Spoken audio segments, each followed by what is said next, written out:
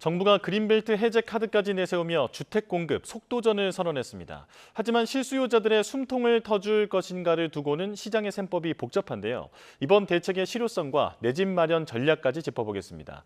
권대중 한성대 경제부동산학과 석좌 교수와 함께하겠습니다. 어서 오십시오. 안녕하세요.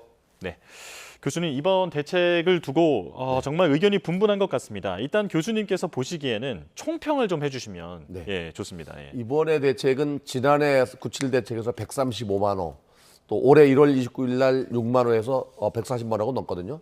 공급보다는 속도전의 중심에 둔 것 같습니다. 예. 평점으로 따진다면 그래도 한 60, 70점 정도는 줄 것 같아요.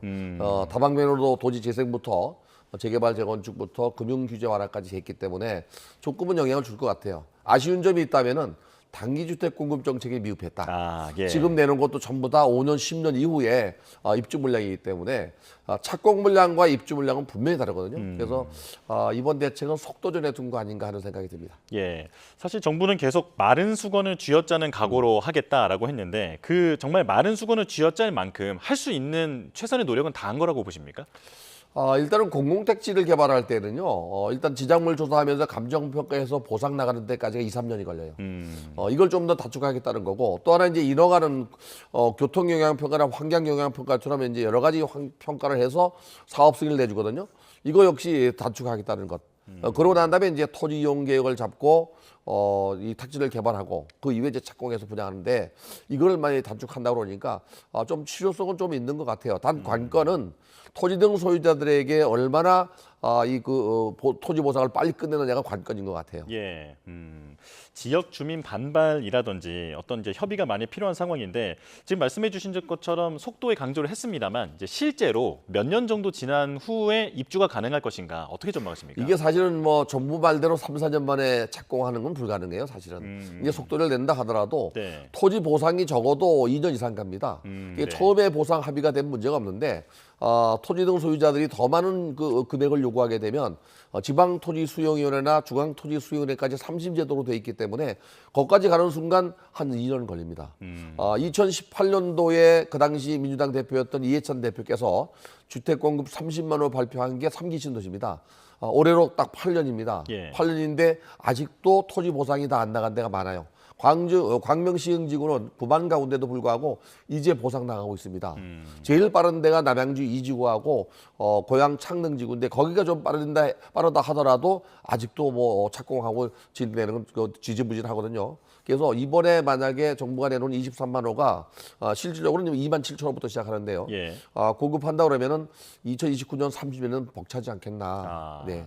예전에 또 6만 호 발표했던 탄흥이나 용산이나 또는 뭐 경마장 같은 경우 과천도 이전 부지를 찾아서 이전해야 착공을 하잖아요. 이것도 역시 2, 3년 더 걸리기 때문에 정부의 의도대로 된다면 참 좋을 것 같습니다. 그러나 그렇지는 못할 것 같아요. 조금 큰 범위에서 질문을 드리고 싶은데 이번에 대책이 지금 이번 정부에서 세 번째 얘기잖아요. 그러니까 공급의 물량으로 보면 160만 호 정도 되는데 지금까지의 이 대책들의 일관성이라든지 전체적인 큰 그림이라든지 잘 짜여지고 있다고 보십니까? 저는 그 중장기 대책은 꼭 필요합니다.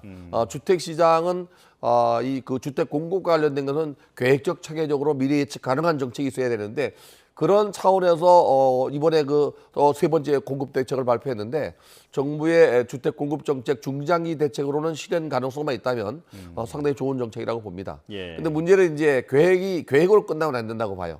그래서 기본적으로 이제 준비가 돼서 입주만 된다 그러면 장기적으로 주택 시장에 미치는 영향은 클 거라고 봅니다.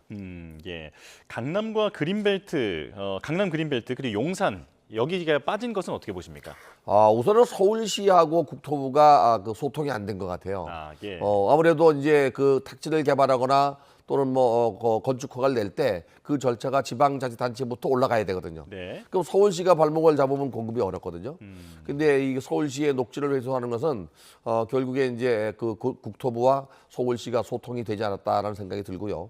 특히 서울시는 이제 이 그린벨트 제도라는 개발 제한 구역이 71년도에 만들어진 제도예요.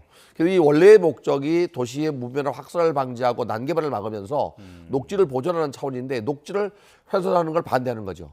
그래서 사실은 녹지가 없고 잡종리나 공장에 들어서 불법 개발된 데는 개발 가능성이 있어요. 근데 이번에 계획한 데는 그런 데보다는 녹지가 포함되어 있기 때문에 아마 반대한 거 아닌가.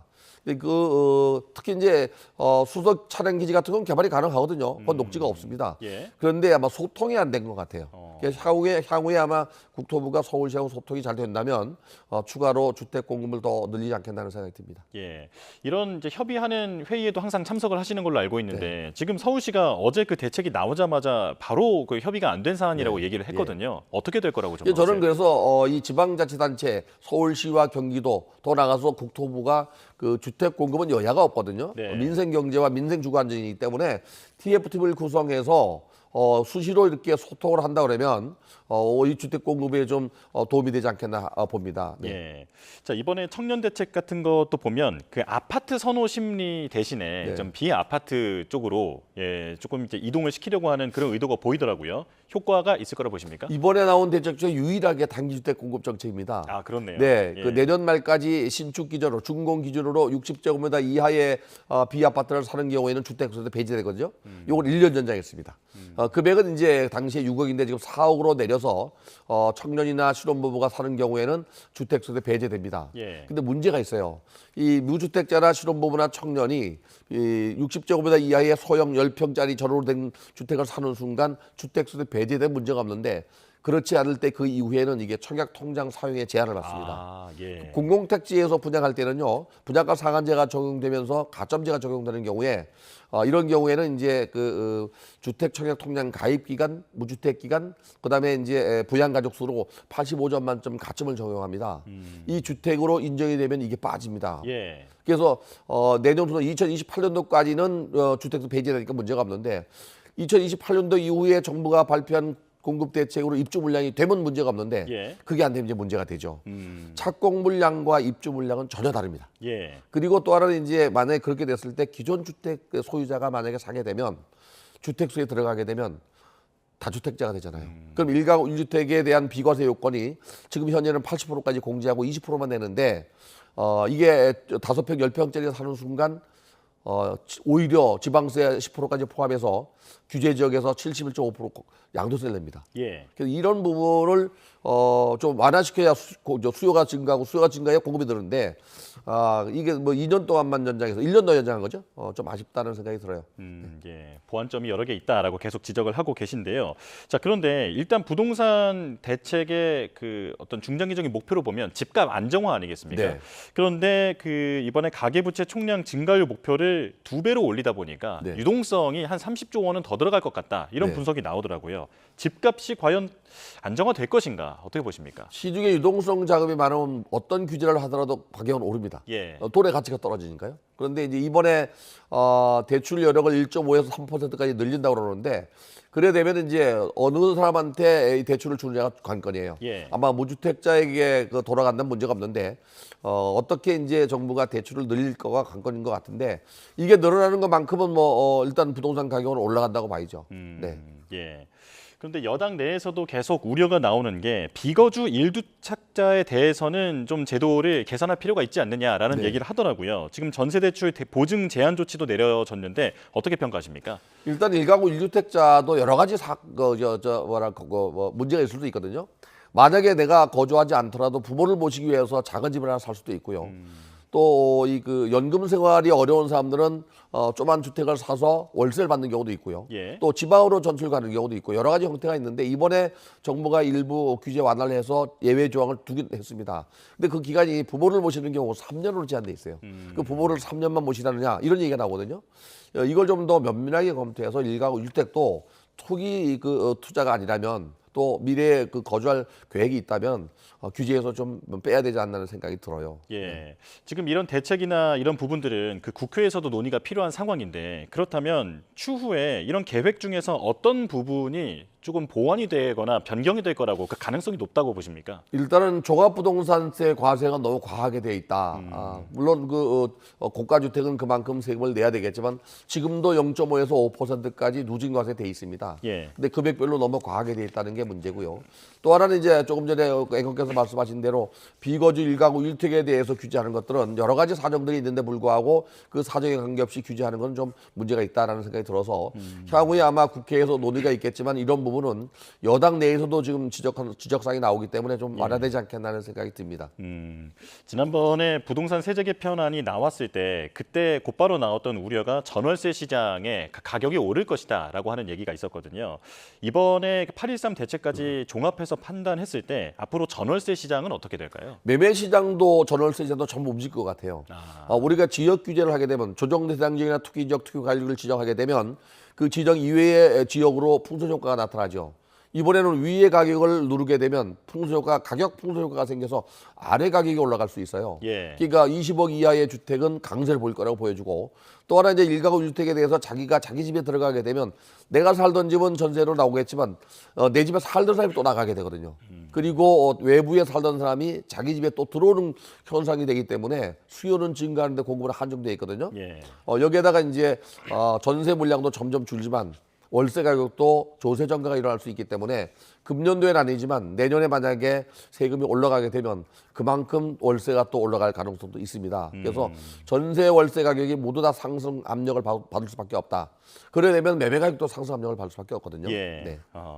여러모로 빠르게 효과가 나타날 수 있는 게 단기 공급 대책이어야 될 것 같은데 네. 지금 이 부분에 대해서 좀 제언하실 게 있을까요? 저는 그 비아파트 부분을 85제곱미터 이하를 한 5년 정도 네. 주택수에 배제하는 것도 좋은 방법이라고 봅니다. 다세대 주택이나 연립 또는 도시형 생활주택, 오피스텔은 젊은 사람들이 또 많이 선호해요. 예. 근데 그게 그 사실은 아파트 선호 때문에 그걸 굳이 구입해서 살려는 사람들은 한정돼 있거든요. 그러면은 무주택자다 또는 그 기주택자가 살 수 있도록 주택수에서 좀 배제하는 정책이 필요하지 않겠나. 단지가 크지 않고 뭐 많아야 뭐 10대 가구나 뭐 20가구 정도 공급하기 때문에 단기간에 주택 공급이 가능합니다. 그래서 정부가 예. 97 대책에서 135만 호, 또 이번에 23만 호, 지난 1월 29일 날 6만 원을 공급하기 위해서 160만 원 아닙니까? 예. 그게 입주 물량으로 돌아오려면 적어도 10년은 걸릴 거라고 봐요, 저는. 그러면 그 전에는 전월세 시장이나 매매 시장 안정을 위해서는 단기 주택 공급 정책이 꼭 필요하다고 봅니다.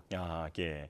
자, 그렇다면 지금 같은 상황에서 이제 실수요자들은 어떻게 이제 대책을 마련을 해야 할 것인가? 내 집 마련을 이제 누구나 다 생각을 하고 있을 거 아니에요. 네. 좀 조언을 해주시죠. 저는 만약에 내가 무주택자라면 공공택지가 이제 많잖아요, 지금. 네. 공공택지를 기다릴 것 같습니다. 공공택지는 이제 분양가 상한제가 적용돼서 일반 시세의 한 80% 정도로 저렴하게 공급되고요. 예. 또 하나 이제 공공택지는 기반 시설이 다 돼 있습니다. 깨끗한 신도시이기 때문에 그걸 노려보는 게 가장 좋을 것 같습니다. 물론 이제 기존 주택지에서 구매를 한다 그러면 매입을 한다 그러면 내 수준에 맞는 정도의 주택을 구입하는 게 가장 좋습니다.